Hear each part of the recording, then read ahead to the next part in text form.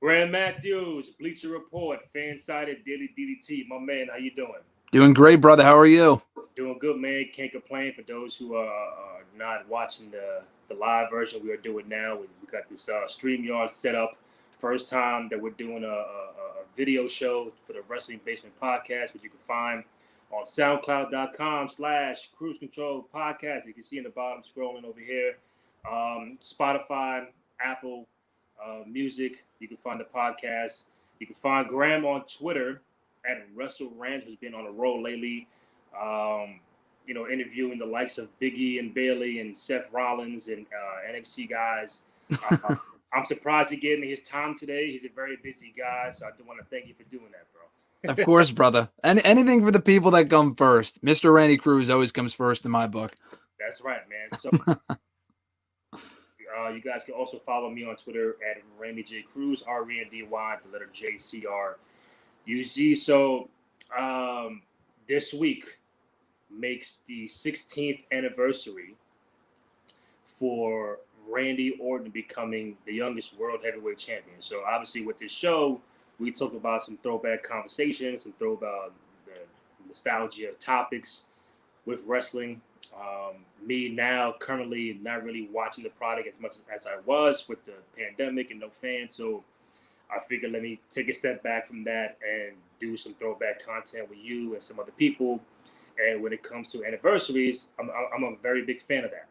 So the research in August, you're going to get a lot of SummerSlam stuff and stuff like that. I think we did a big SummerSlam show last week. We have one coming up next week, which would be the anniversary for Bailey and Sasha at Takeover. Yep. Takeover Brooklyn. Mm-hmm. That'll make 5 years next week. So I came across SummerSlam 04, and I always recall that Randy Orton became the youngest world heavyweight champion, defeating Chris Benoit in the main event.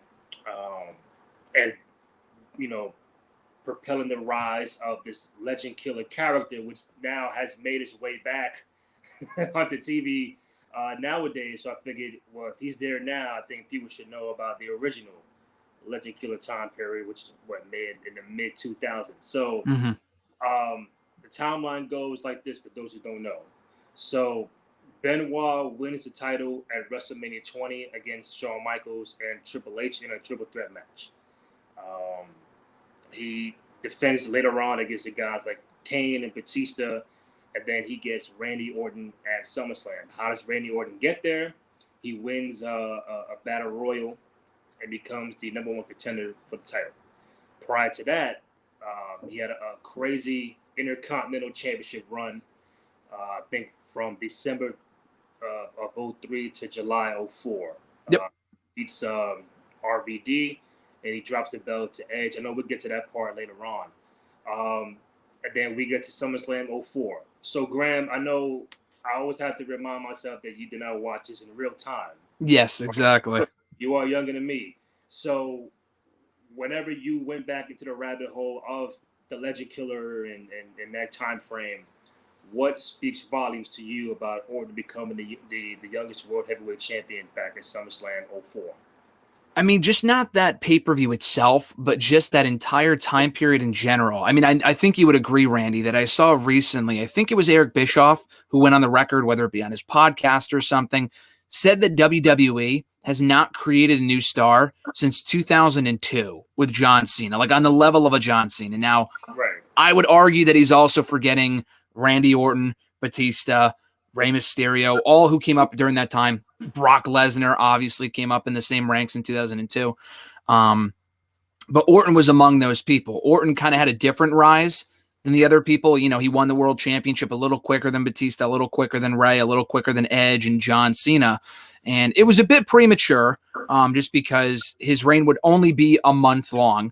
But going into 04, though, they had built him up incredibly well. Part of Evolution, I think you forgot to mention that. He was a part of Evolution at the time with Triple H, Ric Flair, and Batista. And he was supposed to be the crown jewel of that group. The whole reason he was put in there alongside Batista was so they can build him up to be a future champion.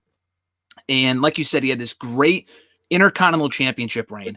And I would really have to go back in the archives. And we've done shows before on the greatest Intercontinental champions of all time, what the reigns did for certain superstars and stuff like that. But with Randy Orton specifically, and I think I've said this here on the show before, not in Wrestling Basement, but 2 out of 3 Falls, you know what I'm saying? I think I've told you before that I think Randy was one of, if not the last person to hold that championship. And this is amazing to say because it's been 16 years since he won that or held that championship. The last person to hold that title that was actually elevated to the main event scene from that point forward. And I'm not talking about like The Miz, for example, who was already a WWE champion by the time that he won it, or a Dolph Ziggler. Maybe Dolph, actually. Dolph had a couple reigns before he actually won the world championship, but Dolph never went on to become the star that Randy Orton is, so I don't know if he would exactly count.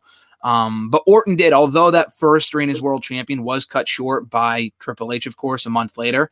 And it was supposed to be a matter of long-term storytelling, and I'm sure we'll get into all of this, but it was supposed to be, we take the belt from him, he goes babyface, and then he has to chase Triple H. And they did do that, just not going into WrestleMania. They did it at the Rumble instead because he just wasn't getting over in that role the way that they had hoped. Randy Orton, that is. But yeah, going into that point, though, the guy was on fire. Had great matches with practically everyone. And lest we forget as well, you mentioned he beat RVD for the belt. He lost the belt to Edge. 2 very good matches, 2 great opponents of Randy's. But the biggest highlight during that reign, and what really put him on the map, I would argue, I think a lot of people would agree, was the Mick Foley feud from a couple months earlier in the spring of 2004. That hardcore match of Backlash 2004. Incredible match, one of the greatest matches, I would say. Maybe not like the top 10 of all time, but it's in that conversation and one of Orton's greatest matches ever in WWE, and even Mick Foley's as well. And that was for the Intercontinental Championship, and that was after he had already pinned Foley at WrestleMania 20. So Orton, I don't know if he was the superstar of 2004, but I don't know if they exactly rushed his ascent to the top because he'd already dropped the Intercontinental belt. He went for the World Championship at SummerSlam. So I don't know. I wasn't really watching at that point, like I said, real time. So it's hard to say all these years later, but he did have a great run in 2004. And it seemed like he made the most sense to be the one to take the belt off of Benoit, just because Benoit, although he had a good reign, some very good matches, again, one of the greatest WrestleMania matches ever with Triple H and Shawn, wasn't the guy. Benoit had one of those CM Punk, maybe you could even argue Drew McIntyre type runs. He's not really main eventing a lot of shows, not really the focus of the show, kind of in the background. He had one of those type of runs. So Orton made the most sense to take the belt off him. I don't know if they rushed it, but still, he had a great run going into SummerSlam 2004. So you mentioned the Mick Foley and Randy Orton rivalry back at Backlash 04. And even recently, when the anniversary came up on Twitter, Mick Foley did say that it was probably his favorite match of all time for his career. Mm-hmm. And Randy Orton chimed in and said that it was the most impactful match of his career. For those who haven't seen it, Backlash 04, it was for the Intercontinental Championship. No holds barred. You got barbed wire. You have thumbtacks. A regular Mick Foley kind of match. Yeah. And going back, I have not seen that match in quite a while. But I think if you have to say, go through your top 5, top 10 Randy Orton type of matches, I think the one with Mick Foley would be for us in the top 5. I know Orton has it very high. It might be number 1 to him as far as the impact goes. But where would you rank for yourself the Mick Foley Orton IC title match back at Backlash 04? Well, I mean, number 1 would have to be not Backlash 2004, but Backlash 2020, the greatest wrestling match of all time. How can you have the greatest wrestling match of all time with Edge and not have it be number 1? But in all seriousness, though, I don't know. I might actually put that at number 1, to be honest with you. And Orton is great, and he's had a lot of great matches. That's tough. Because, again, he's been around for so long, so I can't just say, the matches. Like AJ Styles is a lot easier to say the greatest matches of his WWE career because he's only been here for 4 years. Orton's been here since 2002. So I would probably say tentatively that would be number 1. He had some really good matches with John Cena. The Iron Man match specifically I thought was the best one they had. I think it was a Bragging Rights 2009 or something. Him and Triple H just never honestly had the greatest chemistry. They had a couple gems here and there, not instant classics. Same thing with Batista. A lot of Orton matches. I don't know. I feel like with Randy Orton, he had a lot of matches that just never really reach that next level. The AJ Styles match wasn't as great as it could have been. The matches he had with, I'm trying to think. Man, I don't really know. I think the Foley match would be number one just because of how good of a match it was and what it did for Orton's career. I can't say the same thing about maybe any other match he's had in the last 5 years. I mean, I guess you could say the triple threat from WrestleMania 30 with Batista and Bryan, but I don't think about that as being a great Randy Orton match. That was more about Daniel Bryan, because he won. I mean, I guess you could include that, but if we're talking singles matches, the Foley one would probably be number one. Again, I would really have to go back and think about it, but yeah, I don't know. I feel like that would probably be number one because he was just a much bigger star coming out of it. And in addition to the fact, the match itself was just flat out amazing. Oh, man, I think Mick Foley would be up there. The one with Christian could be up there. I was going to say that as well. I didn't even know if you remembered those matches, so I wasn't going to say that. It's one of my favorite feuds of all time. I would say that's easily one of my favorite matches ever from Randy Orton. Any one of those matches, they actually just put up the full thing on the YouTube WWE did the other day, the Orton Christian No Holds Barred World Heavyweight Championship match from SummerSlam 2011. That would probably be my top 5 as well. And I know both of them. I've spoken to Christian before, and he has said that Orton was probably, of everyone he faced in WWE over the course of 20 years, Orton was his favorite opponent. I think Orton would say the same thing as well. But yeah, Christian and Foley, that match with Edge at Backlash a couple of months ago was really good. I don't know if I would put it top 5, but yeah, I don't know. It's really, really tough. He's had a lot of great matches, but none that would really stand out to me. Not many that would stand out to me as being these instant classics. Not the same way that like John Cena has or Shawn Michaels, CM Punk, AJ, and all these other guys. I know we'll get to it later, but what about Undertaker? Him and Orton. I don't know if I would put that in his greatest match category. It was all the matches they had were very good. The WrestleMania one was good. The SummerSlam one was good. The Hell in a Cell match was good. Probably. I might put the Hell in the Cell match on there just because he really, again, showed that he could be taken to the limit, got bloodied up. It was a good feud. Yeah, I might put the Taker one on there. I'd have to go back and rewatch the matches, but maybe the Hell in the Cell match from Armageddon would be on that list. I'd really have to think about it, though. So before SummerSlam, obviously he is part of Evolution. We're going back to 03, 04. He gets put down with Ric Flair and Triple H and Batista. I think he debuted in the company in 02, if I'm not mistaken. Yep. But then we see this guy, just a Randy Orton guy, a lot of black hair, and he's just very kind of guy. Nobody really knew what kind of performer he would become later on as a pure shot Hall of Famer kind of guy. Yeah. Then he gets down with Evolution. Now you're seeing like the past, the present, and the future. That's how they laid it out. So now when you go back into your rabbit hole of going back into Evolution and seeing, all right, you got Triple H, multiple-time world champion, Ric Flair, 16-time world champion. Now they looking to get 2 new young guys right out the gate. And one is Batista and one is Randy Orton. When you see Randy Orton in that mix, and knowing what you know now, I think 2 guys who were part of Evolution in Batista and Randy Orton, if Ric Flair and Triple H had to do it all over again, I think they would still pick Batista and Orton. I think there's no other person on that roster that you can kind of swap Orton and Batista. So I think what they did at that time was the perfect choice to pick Randy Orton and Batista. No, I definitely agree. I mean, if you go back and watch, and they've talked about this on all of their respective DVDs, that Batista was the perfect guy for the job, that Orton was the right guy for the job. I don't know if you saw that Ruthless Aggression show they put together a couple of months ago. Yeah. Very good show. I mean, it doesn't tell you a lot that you didn't already know, but it's still a good show, and I think the Ruthless Aggression era is vastly underrated. I'm not much of an Attitude Era guy. You know that, Randy, but I love the 02 to 05 era. Yeah. So, yeah, and they've mentioned before, when Batista and Orton got hurt, literally at the same time, they talked about this in the documentary on Ruthless Aggression earlier this year, that Orton and Batista were literally injured in the same exact match against the Dudleys with 2 different freak injuries. And Triple H was like, what the fuck are we going to do? Like, this was at the very beginning of Evolution. Right. And they literally waited for both guys to come back to continue doing the group. And that says a lot. They could have They could have very well just abandoned the group, pick new people for it. They almost got Mark Jindrak in there, they talked about, and that's been common knowledge for years now. I couldn't tell you a Mark Jindrak match from a hole in the wall, but they almost wanted to get him in there just because he looked the part. Yeah. They didn't. They were against it. Triple H specifically was like, no. We need this guy Batista, and they waited literally like Batista was out for almost a year. Orton wasn't out nearly as long. Batista was out for the better part of 2003. So that really goes to show you what they thought, how highly they thought of Batista and Randy Orton.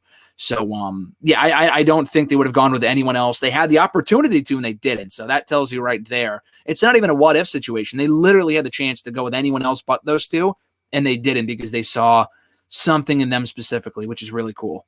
And I think what was important for Randy at that time was when he was still out, and those who may not know, but on Raw, he would have like for the character, for the personality, he would have like these little segments where he was like, listen, I'm 45% back, 49% back, and the fans would just totally shit on this. So at that same time, he's not performing in the ring. At the same time, you're building a character for him. So when he does come back, he'll be a crazy bad guy. So he was just like a very irritating, annoying kind of guy. Mm-hmm. So you're probably 100%, but you're lying to everybody on camera. So I think that right there early on kind of propelled him to be where he is at now. Definitely. I think those segments were called RNN News. It was like a playoff of CNN. And the only reason I remember that is because I watch Survivor Series 02 constantly. It's such a great show. And they played one of those segments on the show. And he had like a, not a neck brace, but he had like his arm in a sling. I think he broke his arm or something soon after his debut. And he was saying how like, I got this comfy neck pillow from the attractive, stewardess on the airport, on the airplane, blah, blah, blah. And he was just coming across like a complete douche. And that really allowed him, like you said, Randy, to showcase his personality. Because when he first showed up, a lot of people forget this bland-ass baby face. I think he beat Hardcore Holly, did literally nothing after that. That injury was probably the best thing to happen to him. I don't know if we would have gotten that same Randy Orton, maybe eventually, but not in the same way, not when we did, had it not been for those vignettes. And they could really do more stuff like that. And I would say in today's WWE, they do it from time to time, but more often than not, when someone's hurt, they're never on TV in any respect. They take time off for months, weeks, whatever. They come back and they get that big pop, but it is sometimes cool to maintain momentum on a show like that. Orton didn't really have much momentum to begin with, but he actually got himself more over by being hurt, which is crazy to think about. And he really benefited from those vignettes. I completely agree. And he became this great douchey heel, and he's always been far better in that heel role than he's ever been as a babyface. So I know they did the network stuff on Evolution for the Aggression era. Yep. As a fan, and going back to it almost 17 years later, when Evolution won all the belts at Armageddon 03, so Flair the tag champion, Batista the tag champion, Orton IC champion, Hunter the world champion, to kind of solidify this group as like the next big stable going forward for years. Like you don't see that, nowadays, even back then, where there wasn't a time when the Shield won every belt on the same night or whatever the case may be. So as far as I know, Evolution was the last one to do it. So like, how important was that for the group to continue going further to win every single belt in the company all on one night? Well, I'm going to correct you there. So there have been factions before that have won all the titles, like even in recent years, like in one night. All right, so not in one. Well, yes, actually, in one night. So when you said one night, I'm like, okay, that eliminates, because in literally the last year alone, the New Day did it, not on the same night, but they held gold at the same time for like a month or two. Undisputed Era obviously did it for a number of months in NXT, not on the same night, but they held gold simultaneously. And the OC last year, very, very briefly, but for like a month they did. The Shield, it's funny you mentioned the Shield. Of all the factions you could have mentioned, Randy, right, that's literally the only other faction to have done it. It's not nearly as iconic as that shot at the top of the stage at Armageddon 03 with Batista, Flair, and Orton all holding gold. It's not that iconic, but it did happen at Extreme Rules 2013. It was about 6 months removed from their debut. Dean Ambrose beat Kofi Kingston for the United States Championship that night to win it. And then in that same evening, like literally right after that, or maybe right before, I think it was right after, Seth Rollins and Roman Reigns knocked off Team Hell No to win the WWE tag team titles. And they became all champions for, man, they held those belts for a while. So they were all champions simultaneously for like 5 months. Again, it's not the same thing because the difference is that with the Evolution one, Evolution, that was back when they had the brand split. 2013, the brand split was dead and buried at that point. The U.S. title meant nothing. The tag team titles meant a little bit more.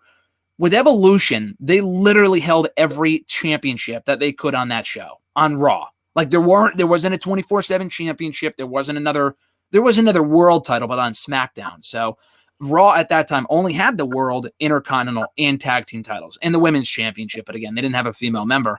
So that was like, holy shit, they're literally dominating the show. That's literally like Undisputed Era. Undisputed Era held every championship that they could on NXT, except for like the Cruiserweight, but that's a different story.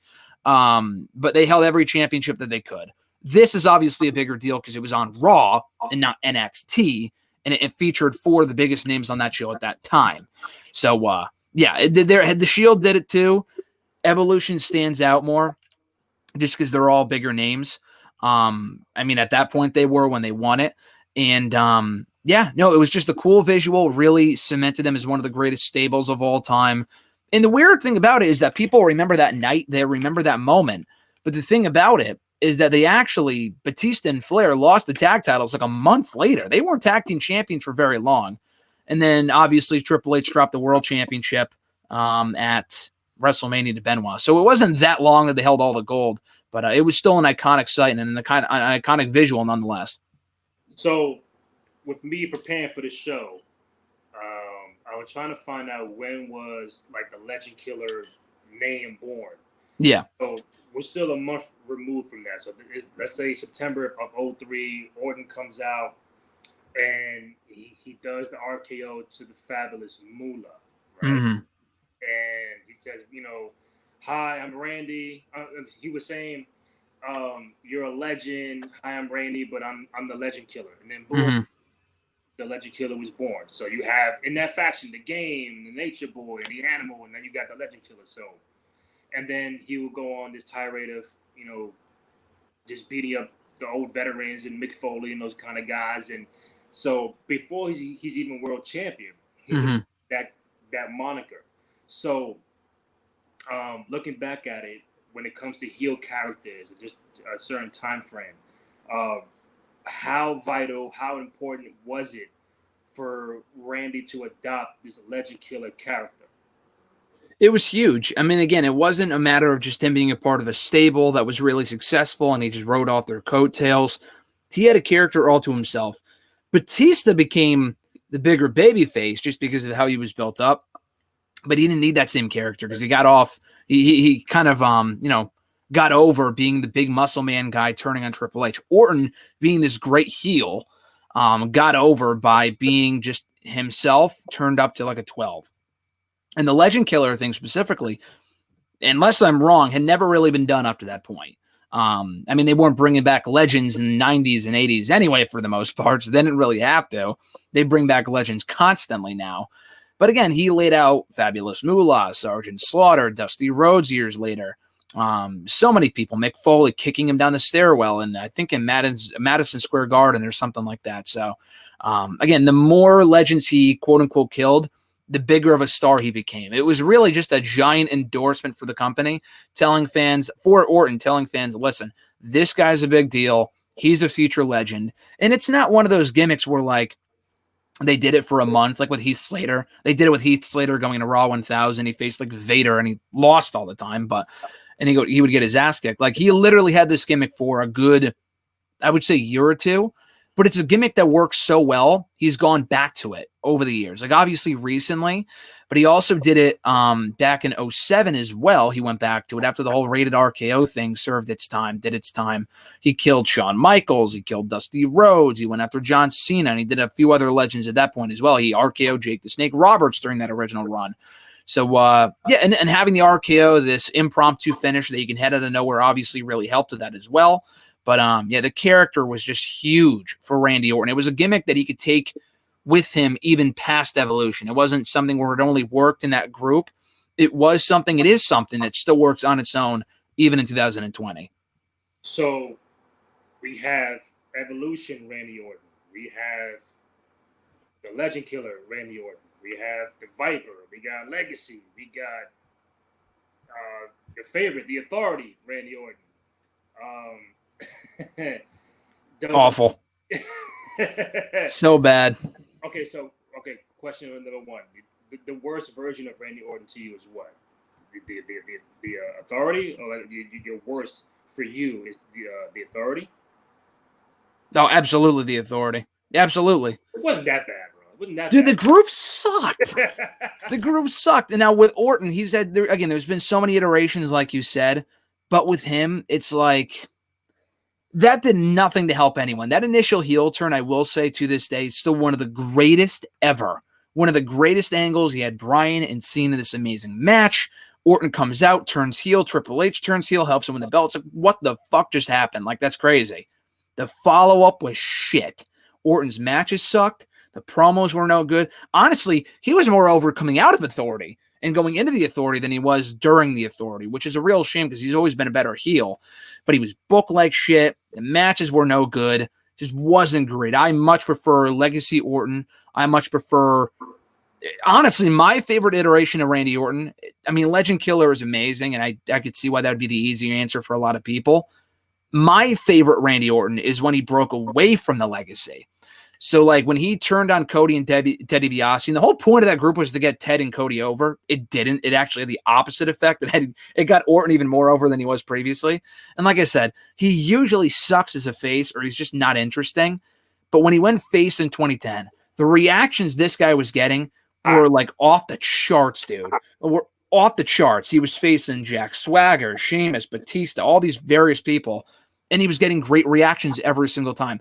I sound like an idiot now, and no one will ever be the next so-and-so, but he gave me Stone Cold vibes in 2010. No one will ever be Stone Cold, but like the closest we had it with Stone Cold at that point was Randy Orton. With the reactions he was getting, didn't give a shit. He would RKO Jack Swagger one night and then RKO Meatloaf the next. Like, the guy was all over the place. He was RKOing all these random celebrities, Wayne Brady being another one. Like, why Wayne Brady? But it was cool, and people popped for it. And he won the championship in Night of Champions 2010 in Chicago. Again, Chicago is a hardcore crowd. For them to go crazy for Randy Orton, of all people, speaks volumes. And then I would trace it back to the Christian stuff for when people started to turn on him, and that's not his fault. They had Christian lose the belt in like a day or two, and people really started to hate Orton. But that 2010 Orton is still my favorite to this day. The guy was, if they were looking for that next big baby face, that was it. But then they squandered it soon after, so it never really panned out. But if you ever had a chance of finding someone that was more popular than John Cena, aside from maybe Bryan or CM Punk, Randy Orton was that guy in 2010. Yeah, for me, man, I think we both can agree that Randy Orton, you know, some guys are better as a bad guy than a good guy. Definitely. Randy Orton is definitely one of those guys who, listen, you don't have to be a good guy ever in your career. You know, so people are gonna love you and respect you. But when you're a bad guy, like even like him, like Edge, to me, Edge is more of a bad guy than a good guy. I agree. He's a great face, but yeah, he can be a way better heel. I totally agree. So Orton, if you were doing like, I guess of the modern era, who was better? To me, Shawn Michaels is a dick. He's an asshole. Yeah, he's just an asshole. Bad guy than a good guy. The same thing. Yeah. But like those guys, like Hunter, Shawn, Edge, Orton, like yo, you're just a natural heel. Like, I mean, I'll still be a fan of you being a good guy, but naturally you are a bad guy. And I think we see Legend Killer and the Legacy, Rated RKO, Evolution, Authority, and before I move on, I think we can agree that even though your favorite Orton was after Legacy, but the Legend Killer still stands out as the best version of Randy Orton, right? Yeah, that would be the best, just because the got him to where he is today really solidified him as this top-tier talent all these years later. But, so the thing with, like, Orton and Edge, it's different than a guy like Eddie Guerrero or Maybe Daniel Bryan I would put in that conversation too. There's very few people that can play both the heel and babyface roles like exceptionally well. Like with Eddie Guerrero, you love the guy as a babyface because he was so believable, like he was relatable, whatever. As a heel, the guy was just a flat out asshole. With Edge and with Orton, maybe with Punk, Jericho might be in this conversation too. Right. Yeah, Jericho might be more of an Eddie. I would really have to think about it, but at least with Orton and Edge, they're great heels, but when they become baby faces, you don't like them because, oh, they're relatable or because they're the underdogs or because you can whatever, because you can connect with them. You just like them because you know they're awesome. Like, it's like, I just like them because it's Edge, or I like them because it's Randy Orton and because they're cool. There's no one, like when the guy was RKOing random people, Randy, for the last couple of years before he went heel again, it was like, I like Randy Orton because he's just Randy Orton. There's no one character trait. And that's why people get bored of Orton as a babyface. Because if you don't like Orton, you're not going to give a shit about the guy. There's no one characteristic that stands out as being like, oh, this is what makes him such a great face or whatever. Like, he has great promos. Like, Edge has good promos, and that's what he works as a face. But like, you like Edge just because he's awesome. And I feel like he's become a better babyface because of the whole injury thing and coming back from that. But Triple H, I would say, is the exact same way as Orton, where as a face, it's not like, I don't know.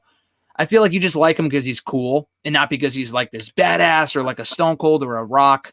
The Rock is kind of the same thing too, where he's just a good babyface because people love him, but he's just in his element as a heel. He has better matches, better promos, better character work, better everything as a heel, and Orton definitely falls in that category as well.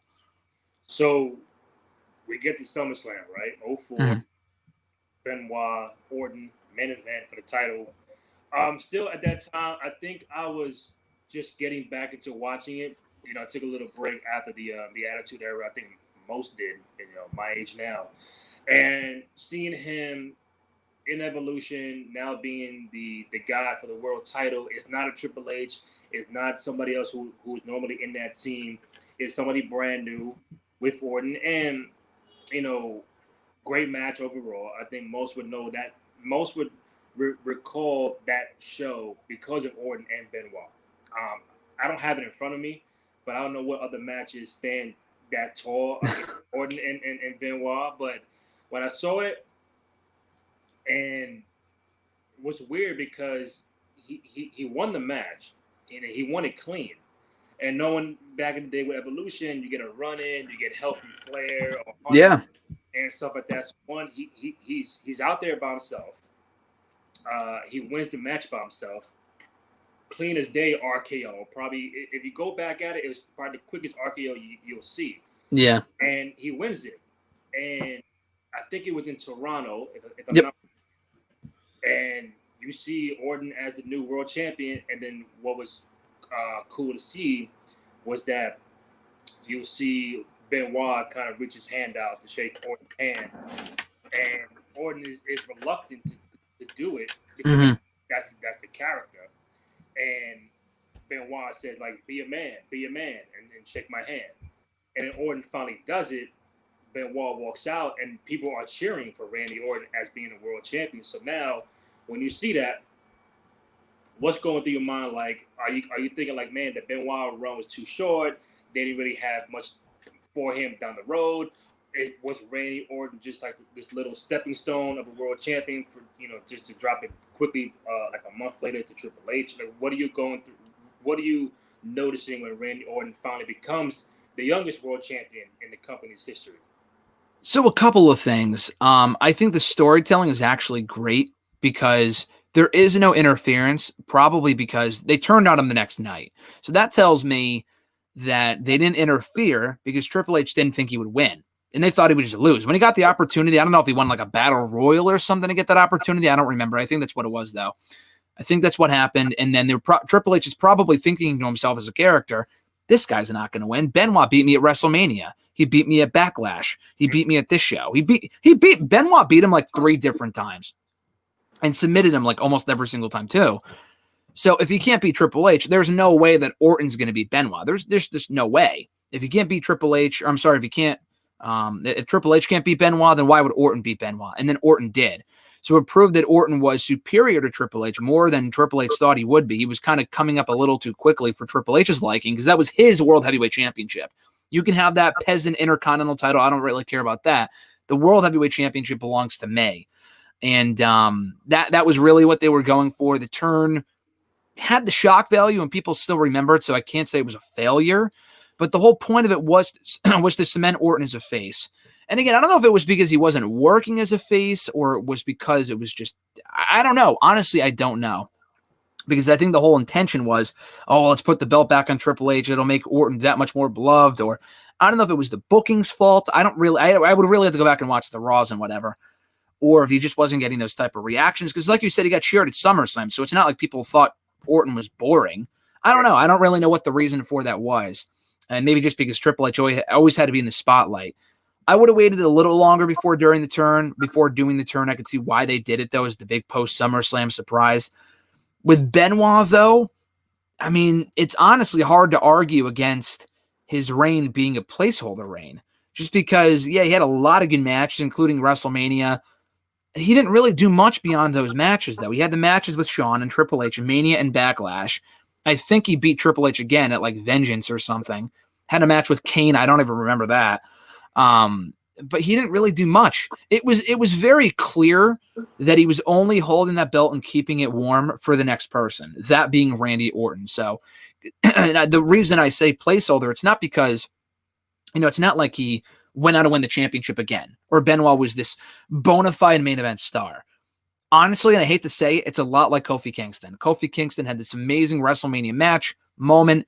He actually had a very good reign as well, booked well, didn't main event a lot of pay-per-views like Benoit, didn't main event a lot of shows, wasn't the focal point of the shows. The focal point of Raw still in 04, Benoit or no Benoit, was Evolution. It didn't matter who had the championship, it was still Evolution. And again, with Benoit, he won the championship once, got his time with it, dropped it, and for the next 3 years he was there, never held it again. He may have gone for it again, but he never held the top title again. He went over to SmackDown, he was Intercontinental Champion, US Champion, did that a number of times. It was just giving the guy his due. And then, like, Eddie died before. I don't know. Eddie never really got another reign with it either. He was never really upper echelon after that. But maybe he would have become world champion again had he not passed away. I don't know. I don't think so. I feel like with Eddie, he was kind of the same thing where they put the belt on him just to give him his due and have this great moment. But they weren't planning on keeping him a main event star. Benoit was not a main event star. Orton, although he held the belt for a month, Orton's first reign was shorter than Benoit significantly, but Orton went on to win all these championships, and again, not for a couple of years.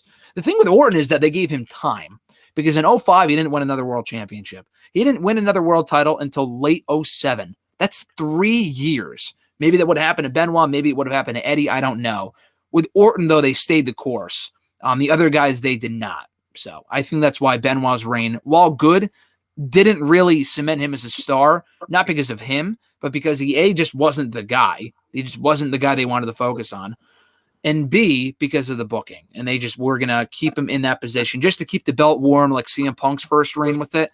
He was world champion for the sake of being world champion. He was not the guy on Raw by any stretch of the imagination. So, since you're a guy who's been busy interviewing a lot of people, if you ever get a chance to interview Randy Orton, let's say hypothetically, and we're talking about this time frame between SummerSlam 04 and Unforgiven 04 when the breakup happens with Evolution. So what's the one question you would ask, like, just to kind of, for your mind, for your sake, like what could bother you more, or kind of saying like you're intrigued about knowing whether was he shocked that he had the world title at such a young age so quick? Mm-hmm. Or do you feel like maybe you would ask him, did they break up Evolution too quick? Evolution ran its course. I don't think they broke it up too quick because, he was in Evolution shorter than everyone else because Evolution kept, stayed together with Batista and Flair for another 6 months or so. Until WrestleMania when Batista won the World Championship. And then they had Triple H and Flair for a little while. That dissolved after a little while as well. I would probably ask him that. If it had to do with this time period, I would definitely ask him, do you feel like you had too much too soon?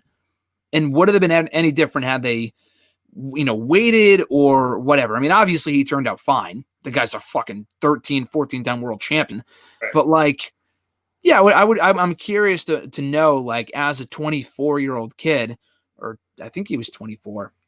Yeah. Did he think it was too soon to be in that position of prominence on the show? Did he think that he would fizzle out quick? Because again, for a while, he never won the world championship again for at least another 3 years. That's a long time. And I think he won a tag title, but he didn't win many championships. He was involved in a lot of top programs with like the Undertaker, Batista, Randy Orton, John Cena, people like that. Never won anything of importance again for another number of years. So I would be curious to know that, as well as kind of a bonus question, if there were any legends he hoped to work with but never got the chance to. Because the guy got to work with a lot of people. Like, we're not even talking about Hulk Hogan. They had a SummerSlam match. I mean, people forget about that all the time. It wasn't a great match by any means, but he got to work with Hulk Hogan. And what I think is Hulk Hogan's final match ever in the company, which is kind of crazy when you think about it, that it's with Randy Orton at a SummerSlam 14 years ago. But yeah, so he faced Hogan. You know, he never got to face Stone Cold, he faced Rock technically at Evolution. Not Evolution. When Evolution faced the women's pay-per-view. And when Evolution faced Rock and Sock at WrestleMania 20. Yeah. Never faced Stone Cold. That would have been cool. The timing could not have been worse, though, because Stone Cold literally retired as he was getting hot, in early 03. So that was never going to happen, I guess. But he worked with everyone else, from Hogan to Dusty to Slaughter to Jake the Snake to a lot of different people in that time period. Mick Foley, obviously, Undertaker. So, yeah, I would probably ask him if he felt it was too much too soon, and what his general thoughts are on how that time period really set the stage for the Randy Orton that we see today. I think in the final points that I'll make is, like you said, Shawn, Hulk Hogan, Triple H, Mick Foley. I think the one rivalry that stands out the most in this Legend Killer period was Undertaker. Again, he wins the world title at SummerSlam. He drops it a month later. Mm-hmm. He gets kicked out of the following night. Then Hunter is the world champion again. And now it's like, what do you do with Orton? He's in this tweener kind of area where you cheer for me one night in Toronto, but then like what do you do with him? Then he'll go back at Triple H for month after month after month, and of course Hunter would win. Mm-hmm. And now it's like, what do you do? And how do you capitalize on this Legend Killer persona? And at the same time, Taker's streak is still going on. So I think it was the proper time to say, hey, Randy Orton, we're going to put you against Taker at WrestleMania for the streak. Because you are on this Legend Killer tirade, you might as well go up against possibly the greatest legend of all time. Yep. With the biggest streak. So when you get Randy Orton, I think, to me, this area right now with Taker was the apex of the Legend Killer. I think after it kind of faded out. Yeah. It's Randy Orton, it's Undertaker, it's WrestleMania. I think I put out a tweet early in the week how the package, the promo for that match was fucking underrated. Mm-hmm. To me, a very underrated Taker match, a very underrated Orton match. But when you go back at it, in that WrestleMania, which is a great WrestleMania 21 with Shawn and Kurt Angle, Hunter and Batista. I'm forgetting other matches. Eddie and Ray was another one. Eddie and Ray. First Money in the Bank ladder match, too. The first Money in the Bank ladder match with Edge winning. Then you get Randy Orton and Taker right in the middle of it. When you go back at it, what stands out to you from Orton Taker in that time frame at WrestleMania 21? Orton, that feud was so important because it put Orton back in his element. I think now that we're kind of speaking more about it now, I think the issue with that feud, with the Orton H feud after he lost the world championship literally within a month, was that they thought, okay, if we beat Orton, people will rally behind him because he's a babyface now. They like him. The issue with Orton as a face is that even back then as a 24-year-old kid, 25-year-old kid, he wasn't an underdog. Like that, they did that same exact story with Daniel Bryan literally almost 10 years later, where he would like get the big moment and then he would lose in a month later. And it sucked, but it made sense and people stuck behind him because they loved Daniel Bryan. Orton, people were only really hot for him because of the booking. It's not a thing where if the booking doesn't do right by him, then people will stick by him. He didn't have that same effect with the fans. So when the booking wronged him, the fans soured on him and they just stopped caring about him as a face.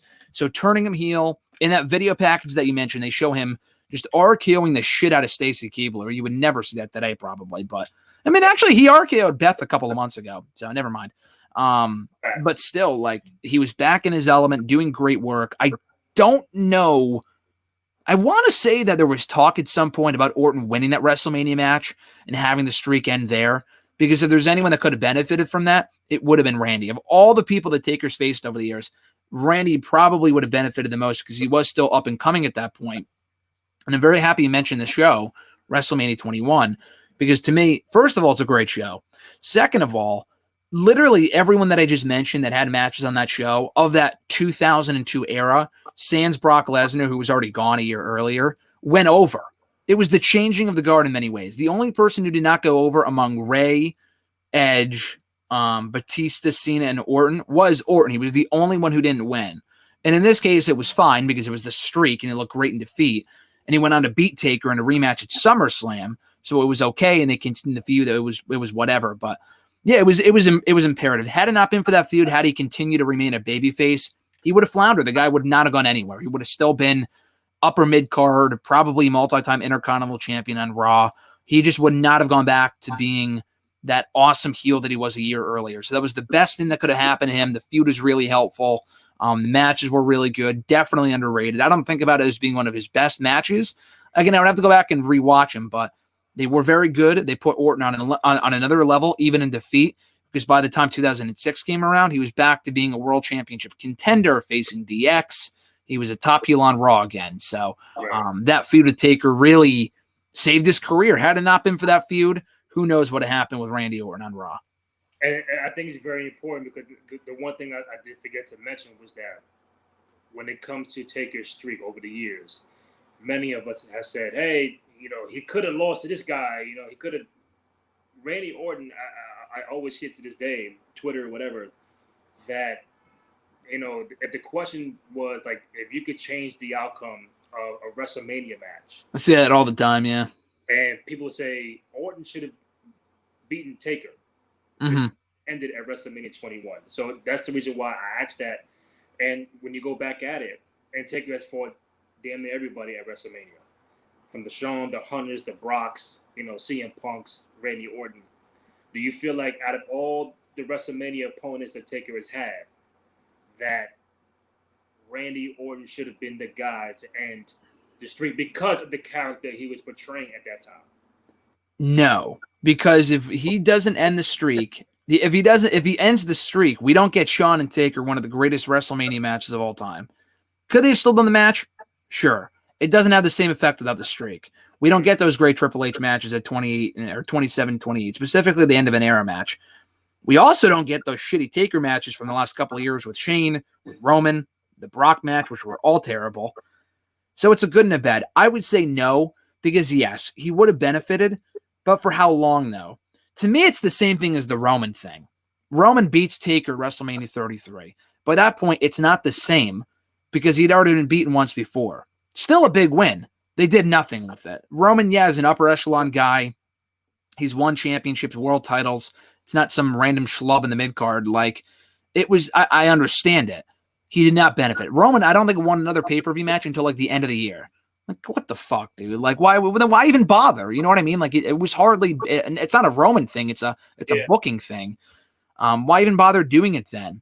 So the Orton, the reason I bring that up is because it would not have been the same. The reason the streak ending at WrestleMania 30 was such a big deal was because you had 9 more years of matches and people that he beat. Because every year that progressed with the streak advancing, it was more and more suspenseful to see if he would lose. By WrestleMania 30, we figured, okay, this guy's never losing. By 21, there was still a shot, okay, he might lose, but it's not as big of a deal. If Orton wins, it's like, oh, that's a big win.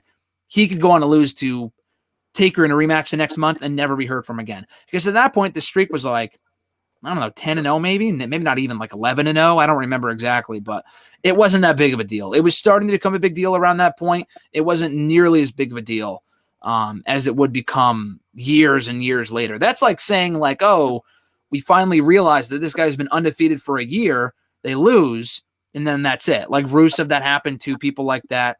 Who gives a shit? And then they go on to do literally nothing after that.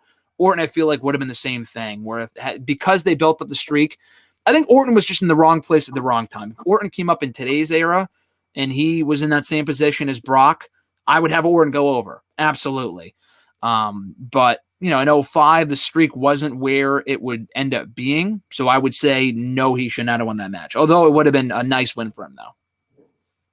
Then what? He would go on to main event WrestleMania? One of the two main events.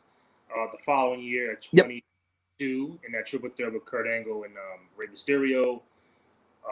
23. I'm trying to off the top of my head. 23.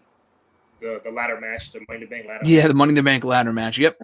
24. We're talking about 2008. He's the champion again in a triple threat match against Hunter and John Cena. Yep. 29. Oh, he was based on. No, you mean 2009. Yeah, 09. So he was in the main event of Mania again with Triple H. Match sucked. He lost. Match was no good. Shawn and Taker should have gone on last. Shawn Taker should have gone on last. Right, but to be fair, the reason why that match wasn't perceived well because they had to follow Shawn and Taker. So if let's say, Shawn and Taker, had invented that WrestleMania. I think the Orton Hunter match could have gone better than what it was because by the time that match came on, it's like I already saw the main event. So you know, I'm trying to be fair, but it would have been better. But the thing is that it still would not have been nearly as good. I mean, I know that's not saying much, but it would have been better. But anything's better than like a 1-star match. You know what I'm saying? Just because the reason I say that, it's not just because of when it went on the show. Like I could see someone saying that for Triple H and Jericho. That I thought was a good match from WrestleMania 18. That should have been better because it wasn't the real main event of WrestleMania 18 was Rock and Hogan. That should have been on last. Right. So with Orton and H, though, like I said earlier, they have literally never had great chemistry, like ever. They've had some good matches, some really good matches. I'm not going to sit here and say all their matches are shit, but most of them, that one, some of their matches in 2008, again, they were pretty good, but no one, I guarantee you, will say, oh my God, that Orton Triple H match was so amazing. Like that Super Showdown match they had a year ago, who gives a shit? Like I almost fell asleep. It was so boring. And I know that was 2019 and not 2009, but same principle. Like it's just, they just don't have great chemistry. They just don't. And that's just the case with certain people. So even if it did go on third, fourth from the top, second from the top, I still think it would not have been this great instant classic. And he lost anyway, so it doesn't even matter. Right. Two more before I let you go. A very, very important question. Probably the most important question I asked you the whole show. Burning My Light or I Hear Voices? I Hear Voices. Now, listen. Wow. Both themes are great. Both themes are great. And Burning My Light is, listen, there's no wrong answer. Now, I say I Hear Voices because that's what I've grown up on myself. Mm-hmm. Burning My Light, if you tell me we're getting rid of I Hear Voices and I were to hear Burning My Light again, I would freak out because it's such a great song. Orton himself hates it. Now, my initial instinct, again, is to say I Hear Voices. But there's no real wrong answer because Burning My Light is more Legend Killer Randy Orton. And I Hear Voices is more Apex Predator Randy Orton. So it's really whatever you prefer most. And I like Legend Killer, and it's a great song. I don't know. I want to say I Hear Voices just because I think it's a better song overall. But Burning My Light is still perfect and very fitting for that character from that era for Randy Orton. Are you surprised, now we're fast forwarding to, now, are you kind of surprised that they're going back to that old school Legend Killer vibe with Randy Orton? Are you happy about that? I'm happy. I'm both surprised and happy just because we haven't seen this version of Randy, the Legend. We've seen heel Randy before, but not Legend Killer Randy in over 10 years. I think the last time he brought it back again was like 2007 or something. It worked with the current story with the Edge stuff because he's a legend. Granted, Orton's kind of on the same playing field, so he's not really a legend. If he's a legend, then Orton's a legend too, but whatever. But they wanted to continue that with Christian, with Big Show, Ric Flair. It's cool. It's a nice trip down memory lane. It's a character that he plays really, really well. And it's not just the fact that he's doing the character again that I like. The promo that he's doing right now, the promos that he's doing are just flat out phenomenal. Like they're great. it's probably some of the best mic work he's ever done in his entire career, where he doesn't sound monotone or boring. He just gets it. He doesn't sound scripted, and I'm really digging what he's doing right now. I'm not surprised that he brought it back, but I will say this, and I'm not the only one who have said this before, but I'm honestly a little surprised that, not that they didn't recycle that character for someone else, like the whole Legend Killer thing, but what they should have done with Randy instead, the Legend Killer thing, bringing it back is cool, but you flip the switch and you make him the Rookie Killer instead. You got all these guys coming up from NXT. Why isn't he going after them? Why not go after the Sami Zayns and the Baron Corbins when they first came up, or who's been called up recently? I don't fucking know. EC3 when he got called up a year ago, even though he's been fired now. But you know what I'm saying? Like, go after the NXT people. It feels like when the NXT people get called up, they act like they've been on Raw this entire time. In a certain way, that's good. You don't want to make him feel like the new kid in school before that feeling wears off in a couple of months. But like, Orton should be the one working with these people. And I know when you bring up someone from NXT, they're not going to beat Randy Orton right off the bat, but I'm surprised they didn't do that at least once. Like, he was the Legend Killer. Now this guy wants to come in and kind of take my spotlight. All right, I'm going to put him down. Like, I don't want to see him beating NXT people. I don't want to see him at Full Sail beating fucking Adam Cole and Johnny Gargano and shit like that. And that'd be incredibly dumb. But like, I would like to see something along those lines where he kind of flips it and is like, the next person that gets called up, this is my show. I've always been here. I'm the legend now, and now I'm going to kill you. So that's just one thing I would like to see at some point. They haven't done it. I don't know if they will, but with the NXT people now more, prevalent on the show, on this program more than ever, I think it'd be a cool idea to explore. So last one for those fans who don't know about the first, reiteration of the Legend Killer character from 15 years ago. Mm-hmm. Where someone said, "Hey Graham, so talk about this Randy Orton guy, Legend Killer from like 04, 05. Why should I go back and see it? Like, what's the legacy of the original Legend Killer character for Randy Orton?" It's a good question. The matches he had were really good. I would say if you like the Randy that we see now, you got to see the origin of the character. If you really want to see how he came up in the business, it wasn't this like immediate, he's shown up and won the world championship on day one. It was a gradual rise from where he started as a rookie in 02 to being kind of like, part of Evolution, being Intercontinental Champion, a very underrated run, had a lot of good matches, really put him on the map. And that initial, again, it has not been all, it's not been all rainbows and whatever for Randy Orton. Like, the guy had a pretty bad period in late 04 where it just wasn't working. It looked like he was on the skids.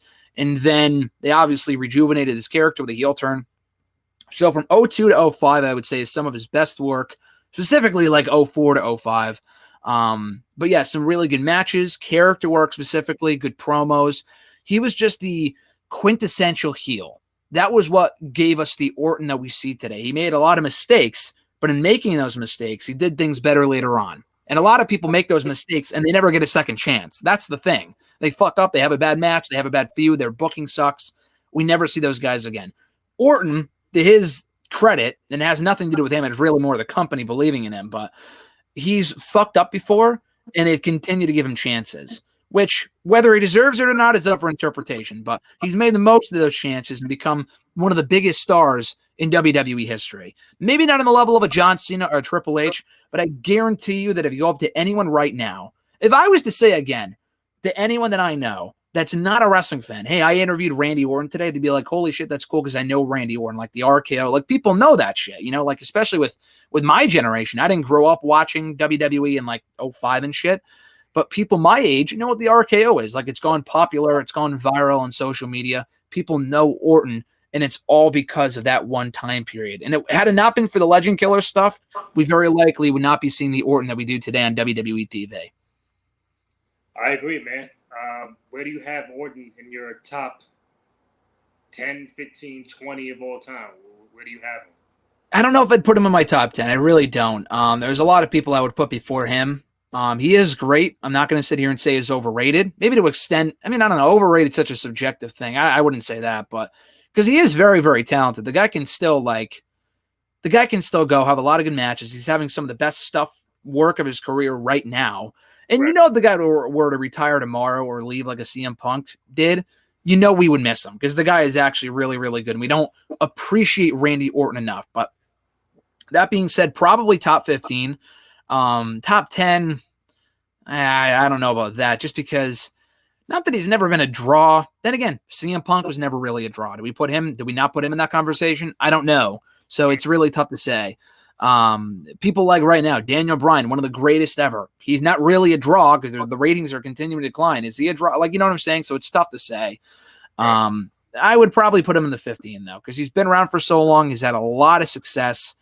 And he's just very, very good. Maybe not great to some people. I think he's great. I could see some people calling him like a B+ player, kind of playing off that Daniel Bryan thing from years ago, which I can agree with. But he is still one of the best of all time, hands down. Well, Graham Matthews, Bleacher Report, Fansided, Daily DDT. My man, always thank you for coming on. You can find him on Twitter at WrestleRant. He's been on a tear lately, so if you follow him, go check out interviews with Bailey, Big E, upcoming with Seth Rollins. Who I'm missing? So there's someone else coming up next week that I won't spoil quite yet, but that's coming up. That announcement should be coming up on Monday. The Rollins one goes up on Monday. You can actually hear the audio of that interview. We were able to work something out where I know we were discussing this, that it's just written, but we actually were able to. I am going to be able to include it in the next one with Rollins, where you're going to be able to hear the interview. It's going to be on my YouTube channel. No, we don't do face-to-face. Like, this would be cool. If we could do something like this, that'd be awesome. But yeah, right. I'm not, Rollins, I mean, he's done shit like that before. I'm not quite at that level yet. I don't have that going. But, we talked to Bailey recently, Big E, Braun Strowman, Keith Lee right after he won the NXT Championship, Adam Cole, Otis, Gargano, Karrion Kross, a lot of people from NXT, the entire NXT roster, as he tweeted to me recently. So, it's been cool. It's been cool. And we got a lot of cool ones coming up, including Rollins on Monday before SummerSlam next weekend. So looking forward to that as well. Graham, you're doing big things. I'm proud of you. Keep it going. Again, WrestleRant on Twitter for Bleacher Report and Fansided Daily DDT. My man, thank you, and I appreciate it. Thank you, Randy. Appreciate the time, and I'll catch you in the next one. All right, man. Take it easy. You too. Adios.